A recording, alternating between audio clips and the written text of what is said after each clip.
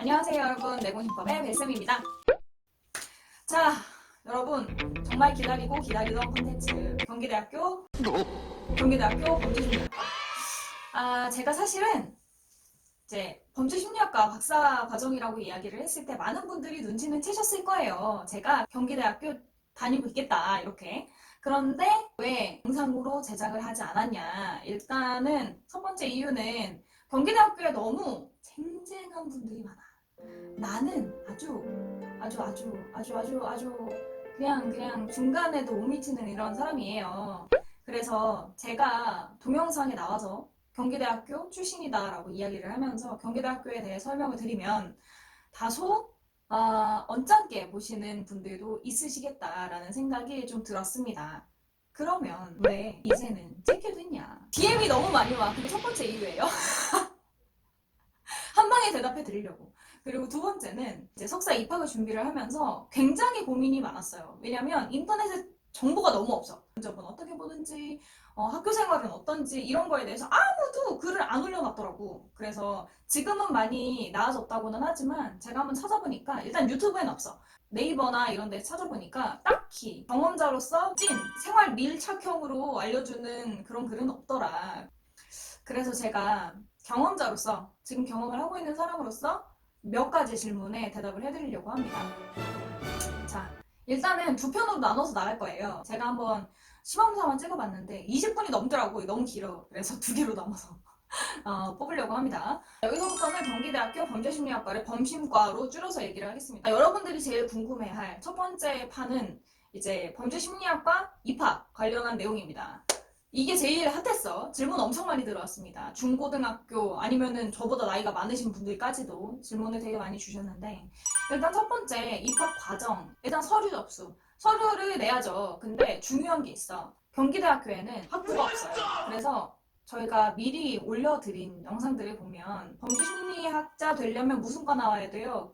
심리학과, 경찰행정학과, 법학, 상담학과 이런 학과 출신들이 주로 포진해 있었습니다. 대학교는 엄청 다양했어요. 그래서 국내, 국외 대학들이 되게 총출동했고, 대학을 어디 정도 나와야 되냐, 학점은행제 나오면 불리하냐, 저로서는 사실은 알 수가 없습니다. 학점은행제로 심리학 관련한 수업을 들으시고 들어오신 분도 계시거든요. 그리고 아예 찐 심리학자 저처럼 완전 심리학 출신에서 범죄심리학과 오신 분도 계시고 되게 다양해요. 그래서 뭐가 불리하냐, 뭐가 이득이냐 이런 거보다는 범죄심리학과에 계신 교수님들의 연구 주제와 내가 맞냐, 그게 진짜 중요하거든요. 서류 접수 오케이 됐어. 그리고 면접을 봅니다. 면접은 두 가지예요. 하나는 영어, 그리고 면접입니다. 떨리시죠? 면접 볼 때. 일단은 영어 시험은 번역 시험입니다. 영어 문단이 쭉 나오고요. 그리고 그거를 한국말로 이제 번역을 할 수 있으면 돼요. 어느 정도 실력이냐? 말하기가 너무 어려워. 근데 독해 능력이 어느 정도 있으면 하실 수 있을 거예요. 근데 시간이 굉장히 촉박합니다. 굉장히 짧은 시간에 지문을 해석하도록 해요. 그러니까 진짜 독해 능력을 보겠다 이거죠. 그래서 글씨도 빨리 써야 돼. 우리 동기들 얘기한 거 보면은 번역은 빠른데 글씨가 느린 친구가 있었거든요. 굉장히 힘들었다 이런 얘기를 합니다. 그래서 글씨 빨리 써야 돼요. 그리고 면접. 사실 제가 약간 당황했던 건 뭔가 전문적인 지식이나 이런 테스트를 겪지 않을까 했었는데, 그거보다는 어떤 연구 주제로 석사를 하고 싶냐 이런 질문들이 사실 많아요. 연구 능력을 먼저 보나요? 연구 능력 볼 게 없어. 석사를 들어오시는 분들은 이전에 논문이나 아니면 연구를 한 경력이 없을 수밖에 없습니다. 그러면 한국에서는 졸업 논문을 안 쓰고 졸업을 하는 학교들이 굉장히 많잖아요. 그래서 논문을 썼는지 안 썼는지 이거보다는 연구 주제가 맞냐, 이게 굉장히 중요합니다. 그래서 그 부분을 많이 염두에 두고 가야 한다. 진학을 하려면 뭘 미리 공부하는 게 좋을까요? 일단 범죄심리학과를 진학하시려고 한다면 뭔가 공부하기에 앞서서 역시나 기승전 교수님의 연구 주제. 자, 그러면 범심과에는 어떤 교수님들이 계신가요? 범죄심리학과에는 교수님들이 네 분이 계세요.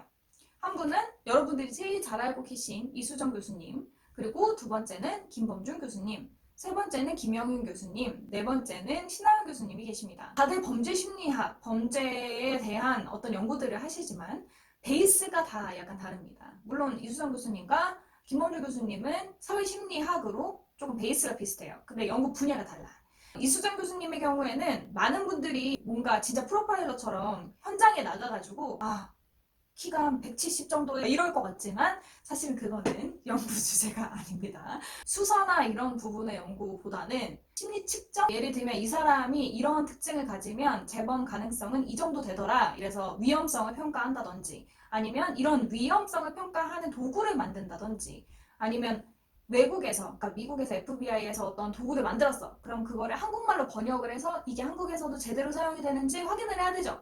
그런 타당도 연구, 이러한 것들을 주로 하십니다. 그래서 심리학을 전공을 안 하시고 범죄심리학을 오시면 가장 힘들어하시는 부분이 통계예요. 두 번째, 김범주 교수님. 김범주 교수님은 사회심리, 완전 찐 사회심리의 베이스에서 범죄를 바라보십니다. 사람들은 왜 범죄를 저지르는가? 그리고 유무죄, 어떤 사람은 유죄야, 어떤 사람은 무죄야 라고 판단을 할 때 어떠한 심리적인 요인들이 작용을 하는가? 넓게 보면 사람들은 어떤 거를 범죄라고 정의하나 굉장히 철학적인 이런 주제에 대해서 좀 관심을 가지고 연구를 하고 계십니다. 세 번째, 김영윤 교수님. 사실 제일 저에게는 자극적인 주제였어요. 원래 유전공학 출신이세요. 성분한데 fMRI나 이런 뇌파 측정하는 도구를 사용해서 사이코패스의 뇌나 범죄자들의 뇌 생물학적으로 분석하시는 연구들을 합니다. 네 번째, 신하영 교수님. 경기대학교 범죄심리학과에 오신 지는 그렇게 오래되지 않으셨어요. 그래서 지금까지 졸업하신 분들이 어떠한 졸업 논문을 썼냐에 대해서는 저도 지금 명확하게 대답을 드리기가 굉장히 어렵습니다. 왜냐하면 코로나로 인해서 작년에는 모든 수업이 거의 사이버대처럼 인터넷으로만 진행이 됐기 때문에 다른 연구실들의 사람들과 교류를 할 수 있는 시간이 많지가 않았어요. 그래서 생생한 살아있는 정보들을 드리고 싶지만 가장 최근 1년에 대한 정보는 업데이트가 안 됐다. 오케이. 자, 신하윤 교수님은 임상 베이스십니다. 임상이라는 건 여러분들이 가장 보편적으로 생각하기에 심리학이 하는 거, 정신병질적인 거고, 조현병, 우울증, 이러한 것들이 이렇게 범죄자에게 어떠한 영향을 미치는지 약간 이런 종류의 연구를 하시지 않을까라는 저의 예측입니다. 그러면 대학원의 생활. 많은 분들이 대학이랑 대학원이랑 달라요? 이런 질문들을 해주셨거든요. 엄청 달라요, 여러분. 같은 연구실의 사람들과 친하지만 이게 약간 애매하다. 석사 때는, 박사 때는 진짜 안 그런데 석사 때는 이게 안 보이는 질투심과 경쟁심 이런 게 조금 작용을 하는 것 같습니다. 이거는 경기대학교만의 문제가 아니에요. 아무도 공부를 하지 않는다 그래서 공부를 하라고 하지 않아요. 그냥 가는 거야. 그래서 2년이 되게 짧게 지나가거든요. 그래서 2년 동안 어떤 것들을 계획하고 구상하는가, 그리고 준비하는가에 따라서 대학원의 가치가 정해진다? 자, 그러면 다음 영상에서는 지금 첫 번째 편에서 이야기를 차마 해드리지 못했던 여러 가지 대학원 생활, 그리고 대학원에 들어오기 전에 반드시 고민해야 되는 것들, 그리고 여러분들께서 주셨던 그런 질문들에 대해서 한번 알아볼게요. 두 번째 영상으로 갑시다.